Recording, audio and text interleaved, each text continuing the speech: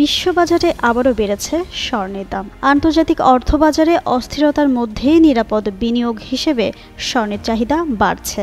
গত শুক্রবার স্পট গোল্ডের দাম প্রতি আউন্সে পৌঁছেছে 24,010.72 ডলার। এ সময় ডিসেম্বরের সরবরাহের জন্য যুক্তরাষ্ট্রের ফিউচার মার্কেটে দাম ছিল প্রতি আউন্সে 2,419.50 ডলার।